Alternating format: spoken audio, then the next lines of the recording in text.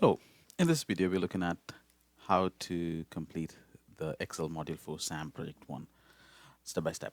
We'll start by downloading the instructions and the file, start file. And once you have both of them, I'm just going to quickly open them. All right, so I'm just going to quickly move to the side just and put it to the read mode so that I can read as I do my project. I'm going to open the start file in Excel. Okay, I'm going to go and do enable editing. All right, so let's take a look at this one real quickly.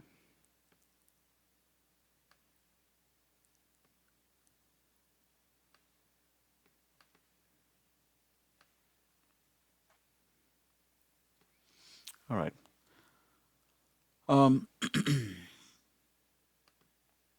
So we have, first you need to rename the file. So go to File, Save As, and then Browse. So you can save it wherever you want. Just make sure you know the place where you're saving this file. So I'm going to save it in a specific folder in my computer.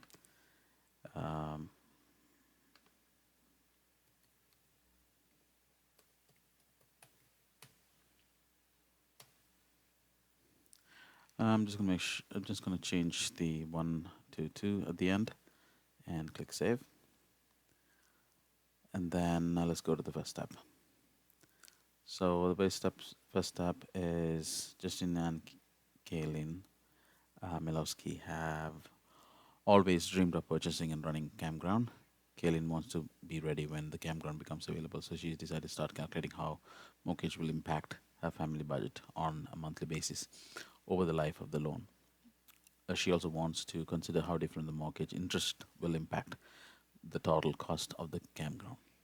So what we're going to do is we're going to switch to the campground mortgage worksheet, so which is right over here. And so we can see that what we're trying to do here is we are trying to um, see what it's going to be the monthly payment, mortgage payment Kaylin is going to make. So if you look at the cells here, so this is the date, and then campground is the item that we are they're planning to purchase, and then price is 486,000, down payment that amount, and then there is a formula, right? So we're taking the price. So this price cell is a named cell, and then we're taking the value in that named cell and then deducting down payment from that, and then you have the formula which is doing here, okay, equal price minus down payment. So there's a formula, and then we have the rate, which is 5.75%, number of years, a term, and then this is where we're going to calculate the monthly payment. Okay, so we already have a total interest formula here. Okay, so if you double click on that, you can see we are taking the number of payments and then multiplying it by 15, multiplying by 12 to for the number of period, to find the number of period, 15 times 12 into the monthly payment, and then from which we are deducting the loan amount to find the total interest. So likewise, the total cost is the price plus the total interest. Okay, so that is total cost of the property. So let's do the step number 1. Here we are in cell D5, create formula using PMT function to determine the monthly payment for the anticipated campground mortgage. All right, so we're going to use the PMT function here. So we're going to start with PMT. So we're going to use negative sign so that the result of this function will become positive. So it makes it easy for us to do further calculations. So PMT open bracket, and then equal minus PMT open bracket. It looks for rate. So rate is given per year. So we're going to select the rate, and then but we want the payment, monthly payment, not payments per year. So we need to divide that by 12 to find the monthly rate. And then the number of period is going to be 15 years, is the number of term, but there are 12 payments per year. So we're going to multiply by 12. And then present value is the loan amount. So the loan amount is 388,800. That is the loan amount. And that is our formula there. So rate divided by 12 to find monthly rate. Number of period is multiply terms by 12, and then the loan amount. Press enter, and you have the monthly payment. So monthly payment is 3,228 per month. So this at this particular rate for this loan amount over 15 years paid monthly. So that is the first step. Moving on to the second step. Kaylin calculated the anticipated total cost of the campground using mortgage interest rate she expects to qualify for. She now wants to determine how different interest rate would impact the total cost of the campground. So what we're trying to do in this one, varying interest rate schedule, is that we're trying to find out how varying interest rate. Now, the interest rate that have been given in this model is 5.75. But of course, she can look around and look for different rates from different companies. So we want to look at how changing mortgage rates will affect the monthly payment, total interest, and total cost. Okay, so what we're going to do here is that we're going to use a data table. This is a feature in Excel which allows you to quickly calculate. Given a model, it'll calculate the monthly payment, total interest, cost, given a model for a varying factor like rate here. Now we're going to select the range 812 to 826. So 812 to 826, and then we're going to fill it with a percent series. So let's see how we want to calculate this. So we're going to select this, and then you can use fill option here, and then you can use fill, and you have the step value here, and then it's a linear series, it's in the column, so you have given two values already. Let's go ahead and click OK. So it would fill the rest for you, right? So that again, what we did there was we highlighted 812 to 826, go to fill option, and then series, leave the default. It's going to linear series, it's in the column. It has automatically identified the step value. It's the step value is 0.025. We are increasing by 0.25%. So once you have all of that, go ahead and click OK. It will fill the rest for you. You can also do this by selecting those two numbers and using the fill handle to fill all the way down. You can also use that to fill it. All right. So we did that. So we filled the values. Okay, fill it with the percentage series based on the values in the range 812, 813. Okay, so that all of that is done. Let's go and do the next step. Create a single variable data table to determine the impact of the variable interest rates will have on the total cost of the campground. So before creating the data table, you have given varying factor for rate. So we have a model, we are given a varying factor, and then what we want Excel to find out is monthly payment. So you need to have pointers to this monthly payment. So you're going to say equal, and then select monthly payment. Okay, D5. So you're pointing to the place where this value is given.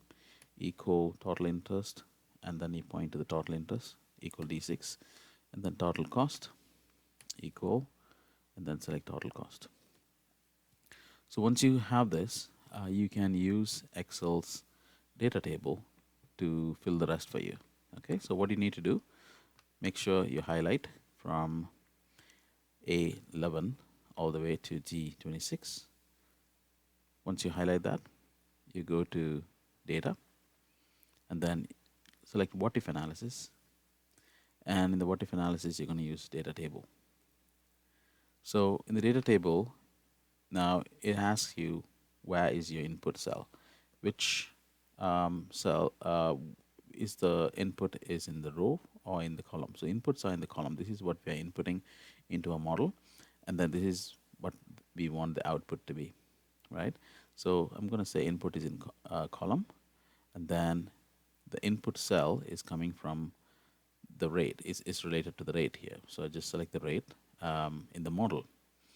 Okay, so once you select the rate in the model, you click OK, and then it does the rest for you, right? So what this does is it takes each one of these values and then use the model here, and then calculates your monthly payment total and total interest and total cost, and puts it over here as you expect it to give, right? So that's what the data table does.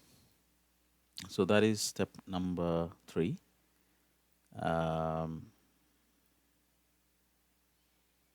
Okay, and then moving on to the next step. To help Kayleen identify how each rate in her variable interest rate schedule compares to the interest rate she anticipates on her mortgage, she decides to highlight matching interest rate in the schedule with a conditional formatting. Okay, so we're going to use conditional formatting so that it highlights the rate that is given over here. Okay, so what we're going to do is we're going to select from A12 and all the way to A26, and then we're going to select home, and then we're going to select conditional formatting. So in the conditional formatting, we're going to use highlight cell rules, which is equal to, and then when the value is equal to the value in the cell D3, we're going to highlight. So you can see that when I select that, it's going to highlight if one of these cell has this exact same value. Okay, so the value here is 5.75, so it has highlighted that value. And then what we're going to do is we're going to slightly adjust the formatting here. So we're going to use green fill with dark green text. Green fill with dark green text for the formatting. So you have the formatting, click OK, and then there you have it, the conditional formatting. So based on that condition, say if any of these cell has a value equal to the value given here, it's going to go and format it. So that is step number 4. Moving on to step number 5. Kayleen now wishes to finalize mortgage schedule. In J4, create a formula without using a function that subtracts the value in cell I4. So J4 is right over here. So we are going to use a function, formula rather than a function. So start with the equal sign. We are going to subtract the value in cell I4 from the value in cell H4. So we have H4 here, and then we are going to deduct, okay, value in I4. Okay, so that is the amount paid on principal. The beginning balance is there, and then the ending balance. So that the amount that will give you the total amount that you have already paid. So press enter there. So that is the amount that has been paid on principal. And then we're going to copy the formula to the rest of the cells. So you're going to select this and then highlight up to J18. So we have paid on principal should be equal to the total loan amount at the end. So that is equal to that.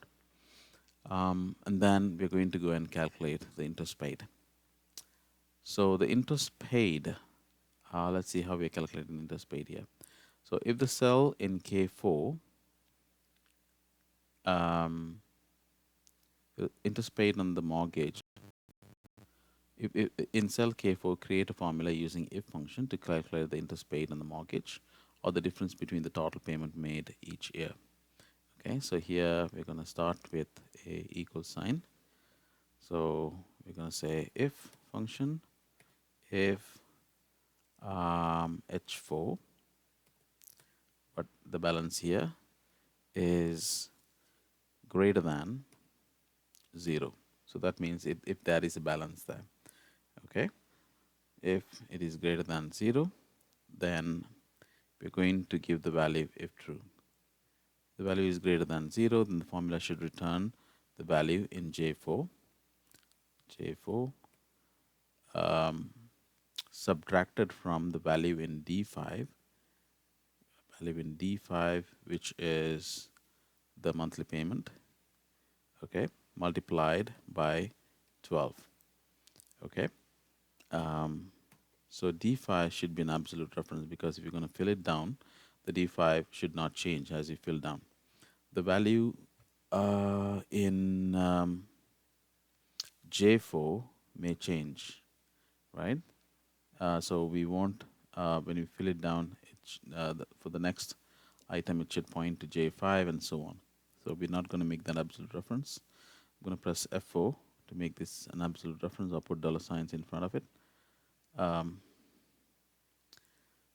right. And then comma, so that if the value is greater than 0, we're going to put that.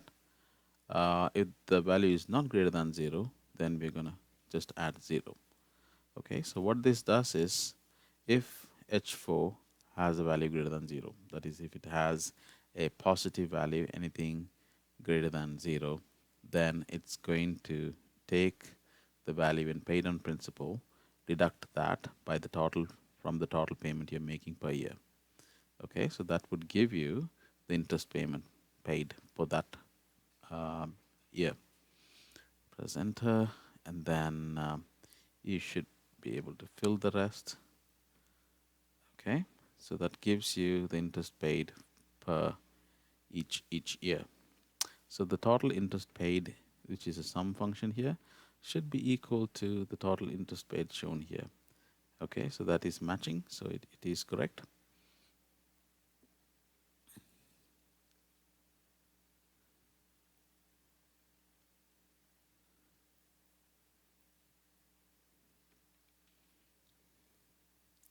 So we're going to apply accounting number format with 2 decimal places and a dollar sign as a symbol to K4 to K18, so which is K4 to K18.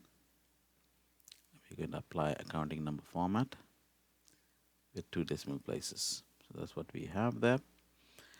And moving on to step number 8, in K20, create a formula without using a function that references the defined name down payment. So that is K20 is here. We're going to say equal to down payments, which is a named reference, so which is pointing to this down payment right over here. Okay, and say equal down payment, press enter, and then you have it. So this sums up all these 3, which is paid on principal, and then interest paid, total interest paid, and then the down payment you make, so which is your total cost of the property. And step 9, Kaylin decides to add custom cell borders to amortization schedule to make it easier to read. Apply custom cell border with green accent 6, darker 50.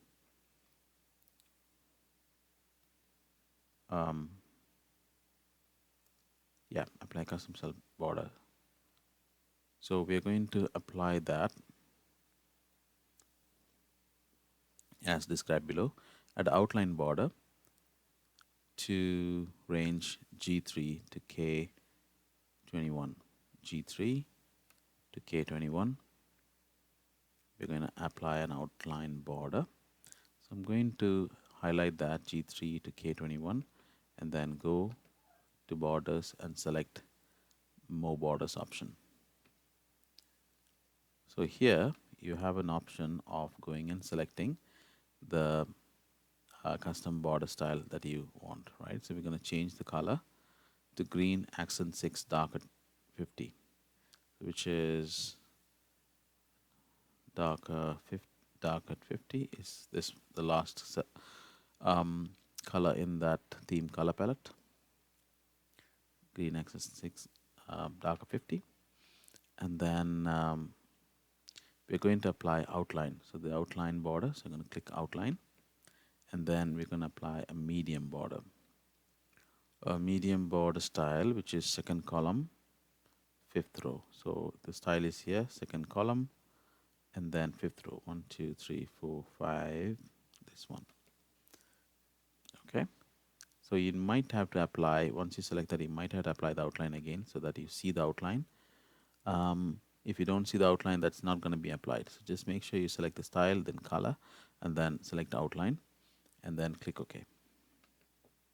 You can see that green outline right there.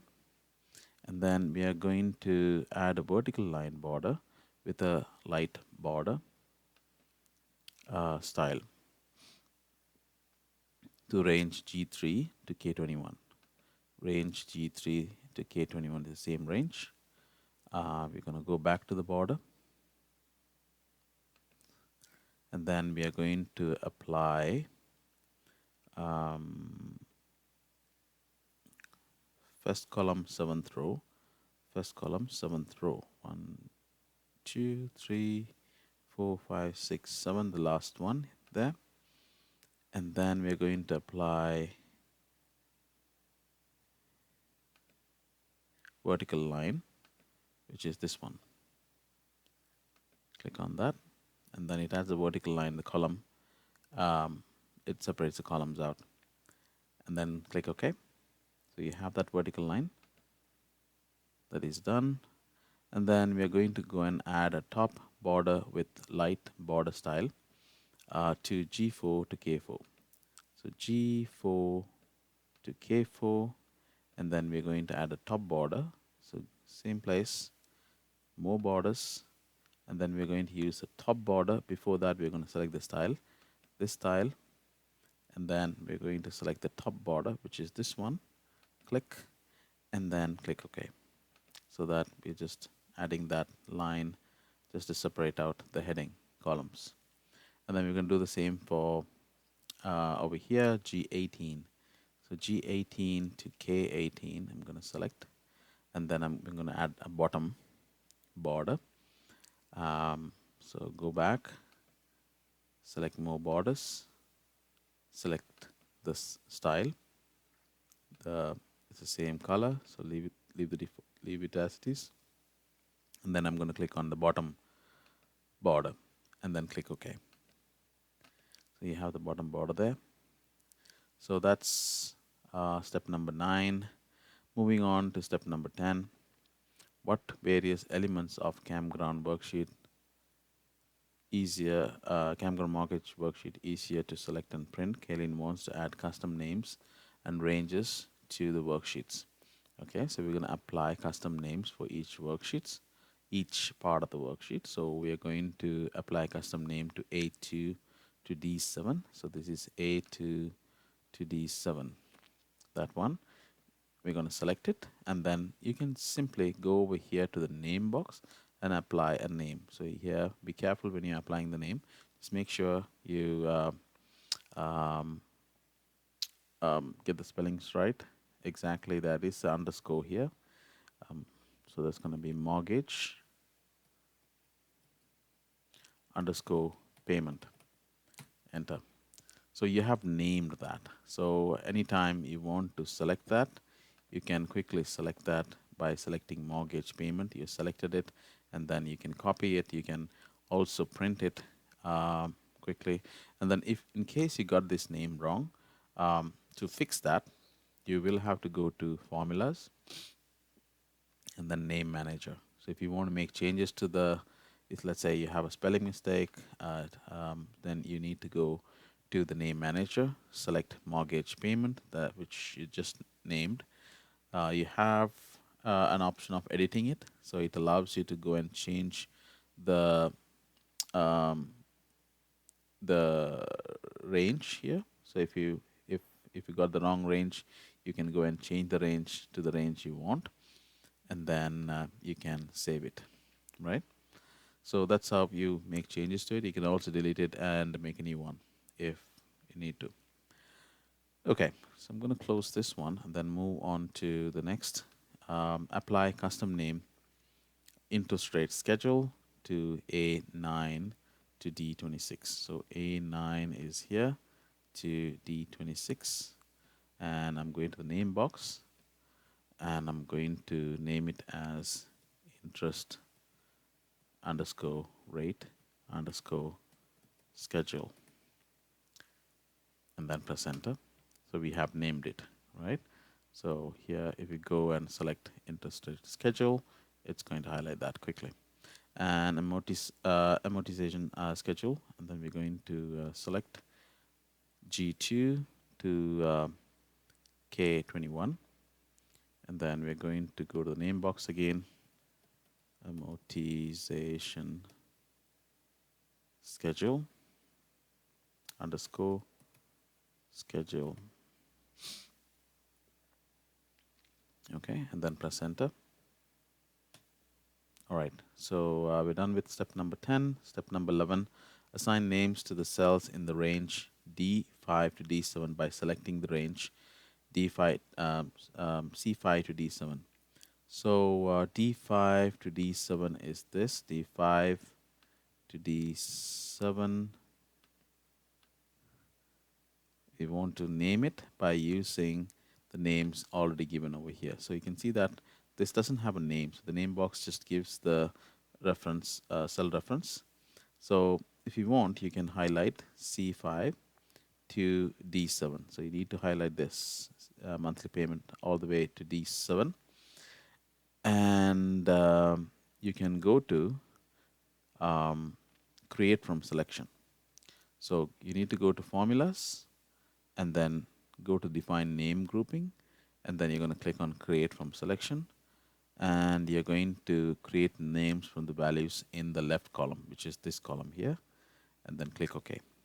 Leave the default. You don't have to select anything. It should by default should have selected left column. Click OK. Now if you go and select this, you can see it has named it as monthly payment using the name in this cell. This has been named total interest, and this has been named as total cost. All right, moving on to the next one. Number 12, Kaylin wishes to protect Worksheet so that she doesn't make any accidental changes to the value. However, since her assumptions about the price of the campground and the down payment and the mortgage interest rate may be incorrect, she wants to be able to update these values. Okay, so what we're going to do is we're going to protect this so that we don't accidentally change this worksheet. It's useful if you are sharing this worksheet with your colleagues and things, peers and so on, so that they don't accidentally change things, your calculations. You can just lock it so that um, it's not changed accidentally. So what we're going to do is we're going to select and unlock the range B5 to B7. So B5 to B7 is this. We want to unlock this range. So what we're going to do is B5 to B7. We are going to select it, and then, I'm sorry, B5 and B6. B5 and B6. You're going to right click and then go to format cells. Okay. You're going to select format cells. And in the format cells, if you look at it, there are a number of tabs here. So you have a number of things like numbers, alignment, font, borders, fill, and protection at the end. So we're going to use protection here. We're going to check, click, go to protection, and then we're going to uncheck locked. Okay. So see, at this moment it doesn't have an effect because we have not locked any worksheet. We are not protected any worksheet. So at this point, it won't have any effect. Okay, but once you protect the worksheet, then these two cells will be unlocked. Okay, so locking cells or hiding formulas has no effect until you protect the worksheet. Okay, so that's what we're going to do later. Click OK. And then we're going to select D3, which is over here, rate.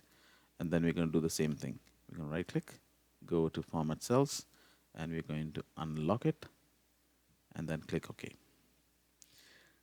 So we are basically unlocking the values which might change, which we might want to change, right? The price, down payment, rate. We might want to change that later.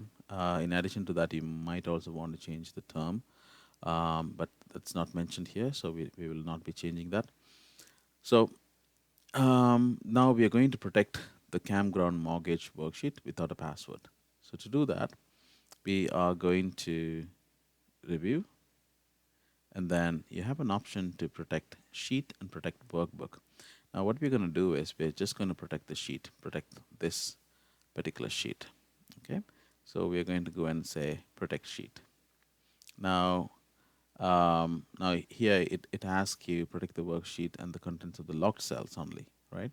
It will allow the user in of this worksheet to select the unlocked cell, select the locked cells and unlock cells. Okay, so you are allowing few things to do, and then we are not going to give a password here, okay, because it says without a password. Click OK. Now you have locked it. Now if you go and try making any change, so I'm trying to change the values here. It doesn't allow me to change the values. It says a cell or chart that you're trying to change is on a protected sheet. Okay, so you need to unprotect it before you can change it. But since you have unlocked these values, you should be able to change it. So if I go and change this to, let's say, 500,000, I can do that. So when I do that, it makes all the this is in the model, so you can see that that affects all these cells when you make some change over here. So I'm going to undo that. Okay, put it back as it was. So I just undid the change I made to the price, but it's still protected. Yeah. Now we did 12. Moving on to 13. Kaylin has previously hidden a worksheet containing data on other recently purchased campgrounds in the New Hampshire. Now she wants to compare the data in that worksheet. So with the data she just calculated, unhide. With the data she just calculated, unhide the campground research worksheet. So now you can hide some of the worksheet. There is already a hidden worksheet here. So we're going to right click on the tab, and then you have an option to unhide. Okay, you click any tab, you have an option to unhide. So click unhide, and then it shows if there is any hidden worksheet here. There is one hidden worksheet, so that this has been hidden by the person who created this workbook. So I'm going to click, this is already selected, I'm going to click OK. Now here you have the campground research worksheet. Now what Kaylin is trying to do is compare different properties, right? So there are properties that she has bought on 2013, 2010, 2009, and 2005 for different values and the loan amount and things like that. So basically she's trying to compare the properties. All right, so let's go to the next step number 14. Switch to the campground research worksheet. In cell B8, create a formula without using a function that determines the total interest associated with the mortgage. First, multiply the value in cell B6.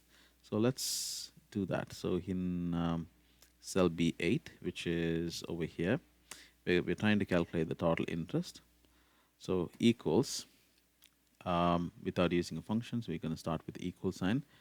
Multiply the value in B6. So B6 is here, which is the term. We're going to multiply that by 12. Value in B6 by the value in B7 first, which is monthly payment. Okay. And then we're going to multiply that by 12 to find the total amount you're paying monthly. Okay. So we are multiplying the term by 12 to find the entire period. So since this is a monthly payment, we're multiplying it by 12 and then subtract the value in cell B4. And then we're subtracting the value in cell B4, which is the loan amount. So this would give the entire amount you're paying monthly for 15 years, monthly basis, minus the loan amount, which is B4. That will give you the total interest you have paid. Okay, so the total interest you're paying for that is 152,000, and the total cost would be the price of the house. That includes the down payment plus the interest you have paid. Okay, and we're going to copy that formula to range C8 to E8. So we're going to copy the formula, range C8 to E8. There we go. And then step number 15, Kaylin would like to be able to see the remaining balance of the campground mortgage at the end of the current year. Okay, in the cell B11, create a formula using PV. So PV formula is called, is a present value formula. So you're trying to figure out, based on the amount of payment we have already made and the amount of pending payment, we're trying to identify how much the balance we have left on that mortgage, right? So we are going to click on B11, start with the equal sign, present value formula. And then for the rate, we are using B5. So B5 is the rate where we need to divide by 12 to find rate per month. And then the number of period left. Okay, the current year of mortgage is 5, so total is 15. So you need to find for the remaining 10 years.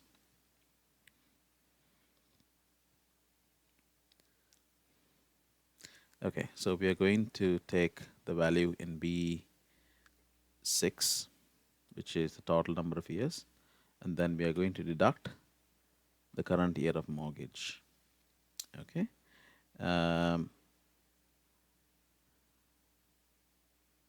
Right, so this you need to do it within a bracket because we want that to be done first, and then we're going to multiply that by 12 to find the number of period left, right? So that will give you for 10 years, 10 year times 12 is 120, come on, and the payment you're making is this one. So we're going to put a minus sign so that the PV will come in positive value, minus, and then the monthly payment you're making, okay, is in B7. So close bracket. So that's your PV formula. So that should give you the remaining pending balance on that mortgage. So what we did there was we were PV functions are used to find the present value of the future payments. So we are taking all the future payments and then trying to find the present value of all the future upcoming payments. So that's what we're doing here. So the rate is going to remain the same. So B5 divided by 12, and then we find the number of period. That is, we have already done with 5 years, so 10 years more. So the total number of payment is 10 times 12, and then the payment you're making is in B7. Minus, giving it a minus, so that this value will come in positive. And then you can fill for the rest. Okay. So go ahead and compare the workbook. Your workbook should look like this. I'm just going to see if the values are right.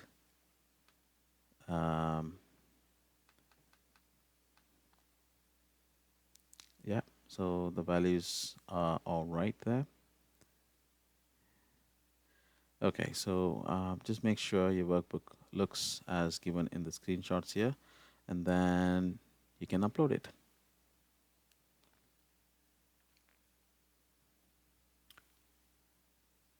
All right. Thank you for watching.